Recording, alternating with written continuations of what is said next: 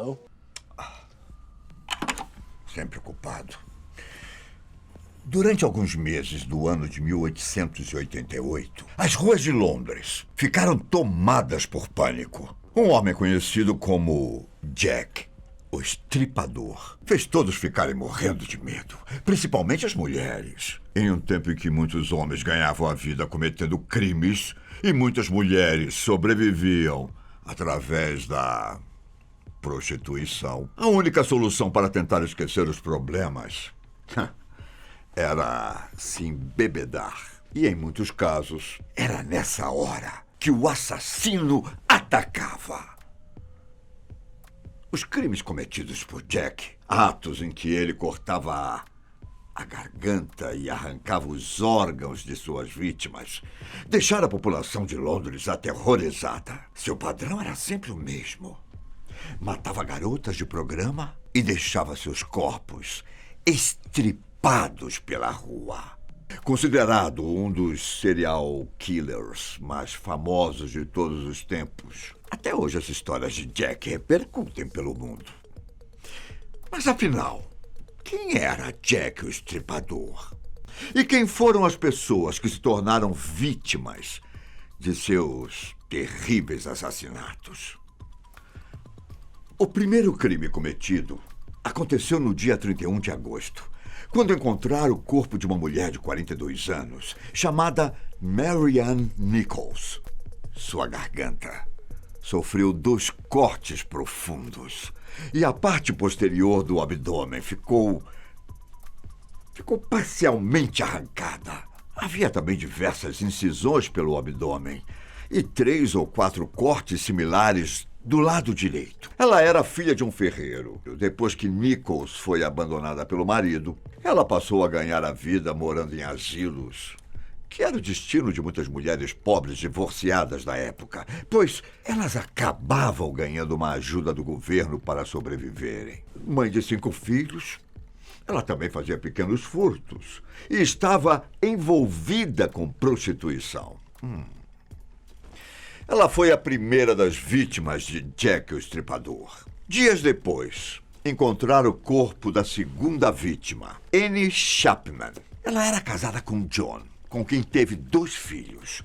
Um garotinho, que nasceu com deficiência, e uma garotinha que acabou morrendo de meningite. Por causa da tragédia, ela e seu marido começaram a beber muito e tempos depois acabaram se separando. Depois do divórcio, ele foi viver com outro homem e às vezes trabalhava como prostituta para complementar sua renda. Quando seu segundo marido morreu devido a abuso de álcool, ela se dedicou ainda mais à prostituição. No dia 8 de setembro de 1888, na noite de sua morte, Annie Chapman bebeu 1 litro de cerveja na pensão em que estava hospedada. Ao sair pelas ruas para tentar ganhar algum dinheiro, ela nunca mais voltou. Seu corpo foi encontrado na manhã do dia seguinte, com a garganta cortada e com o útero, o intestino e partes de sua bexiga espalhados pelo chão. Depois foi a vez de Elizabeth Stride, que, diferente das primeiras vítimas que se tornaram garotas de programa depois de se divorciarem, ela já era prostituta, antes mesmo de se casar. Elizabeth nasceu na Suécia e chegou a Londres em 1866.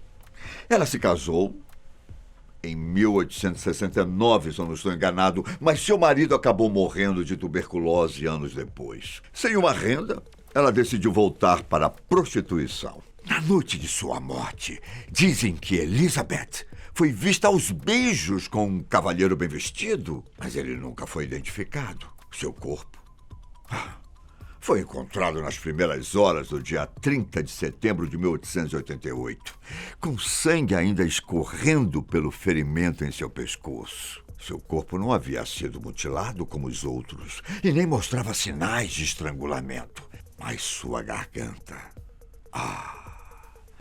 a sua garganta havia sido cortada. A polícia da época acreditava que Elizabeth seria estripada, assim como Nichols e Annie. Mas o serial killer acabou sendo interrompido durante o ato por algum motivo, forçando-o a encontrar outra vítima. Essa outra vítima, morta na mesma noite que Elizabeth, era Catherine Eddowes. Ela teve vários parceiros durante toda a sua vida. E, curiosamente, é uma das únicas vítimas de Jack, o estripador, que não era prostituta. Durante a vida, Catherine se envolveu com vários homens e, com o tempo, acabou se tornando uma alcoólatra. Na noite de sua morte, um policial a encontrou bêbada e desmaiada pelas ruas de Londres. Ela foi levada para uma delegacia até que se recuperasse. E por volta das 1h da manhã, ela foi libertada. Uma testemunha disse ter visto Catherine passando com um homem, que é quem as pessoas dizem ser a pessoa que melhor define os traços do assassino. O corpo de Catherine foi encontrado por um policial 45 minutos depois. Ela tinha sido mutilada. Estava com o rosto desfigurado, com o abdômen aberto e vários órgãos tinham sido extraídos. Um de seus rins havia sido levado pelo assassino, enquanto seu intestino ele foi aberto para que a matéria fecal ficasse à mostra. A quinta e última vítima de Jack foi uma mulher chamada Mary Jane Kelly, nascida na Irlanda. Ela era a mais bela das vítimas do assassino. Kelly foi casada por 3 anos, mas depois que seu marido morreu em um acidente em uma mina de carvão, ela se tornou uma prostituta de sucesso. No dia 9 de novembro, seu corpo foi encontrado mutilado dentro do quarto em que vivia. Só que dessa vez o assassino parecia ter tido tempo suficiente para deixar o corpo da jovem de 25 anos quase reconhecível. Segundo os relatos, toda a superfície do abdômen e das coxas foi removida e as vísceras retiradas da cavidade abdominal. Os seios foram cortados, os braços mutilados e o rosto estava desfigurado. Seus ossos e alguns órgãos foram arrancados e espalhados pelo quarto. Essas foram as 5 vítimas de Jack, o Estripador. Embora existam teorias de que ele tenha matado muito mais gente, nunca surgiram evidências. Na época dos assassinatos, a população de Londres ficou apavorada e exigiu uma resposta das autoridades. Mas até hoje, a identidade do assassino permanece um mistério.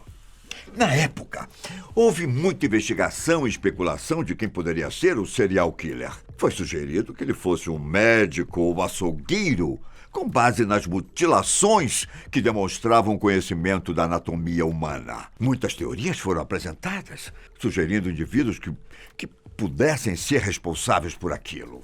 Uma delas relaciona os assassinatos com um neto da Rainha Vitória, o príncipe Albert Victor, embora as evidências sejam fracas. Quando os assassinatos aconteceram, os lugares mais pobres de Londres eram vistos com desprezo pela maioria dos cidadãos. A prostituição só era ilegal se a prática causasse problemas públicos. E milhares de bordéis e pensões prestavam serviços sexuais. Como consequência, a morte ou o assassinato das prostitutas raramente ganhava a atenção das autoridades. Por isso, era normal que as mulheres que trabalhavam à noite estivessem sujeitas a ataques.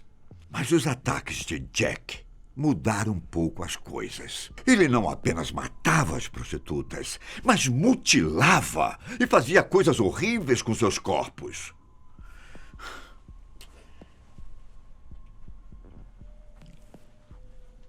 Desde o outono de 1888, após o fim dos ataques de Jack, mais de 100 suspeitos foram identificados. John Pizer, um restaurador de sapatos que gostava de extorquir prostitutas, era um deles. Joseph, um açougueiro sueco, também foi um dos suspeitos, assim como Francis Tambolt, um norte-americano investigado pelo assassinato do presidente norte-americano Abraham Lincoln em 1865. Ainda poderia citar William Gall, o médico da rainha, e John Williams, médico da princesa. Mas, como eu disse, foram mais de 100 suspeitos ao longo dos anos. Arthur Conan Doyle, o famoso escritor e médico que criou as histórias de Sherlock Holmes, disse inúmeras vezes sobre a chance do assassino ser uma mulher, o que fez Mary Pierce entrar para a lista de suspeitos. Mary? Mary matou a esposa e a filha de Frank, seu amante. Os corpos foram encontrados em uma lata de lixo e estavam com o crânio esmagado e a cabeça praticamente desmembrada do corpo. Ela foi enforcada no dia 23 de dezembro de 1890. E apesar de ser uma das suspeitas de ser Jack o Estripador, esse fato também nunca foi confirmado. Aliás, até hoje nunca conseguiram descobrir a verdadeira identidade do assassino. O caso se tornou assunto de muitos filmes, livros, séries de TV e até mesmo de pontos turísticos em Londres. A falta de evidências, as informações incorretas e até os testemunhos falsos dificultaram as investigações. E mesmo mais de 130 anos depois dos crimes, o caso continua fascinando muita gente. Esse foi o terrível caso de Jack, o Estripador. Eu espero que um dia, talvez, com o auxílio da tecnologia, descubram quem realmente cometeu os assassinatos. Mas, enquanto isso não acontece, seguimos lidando com suspeitos e teorias. Um abraço. Cuidado. Muito cuidado, hein?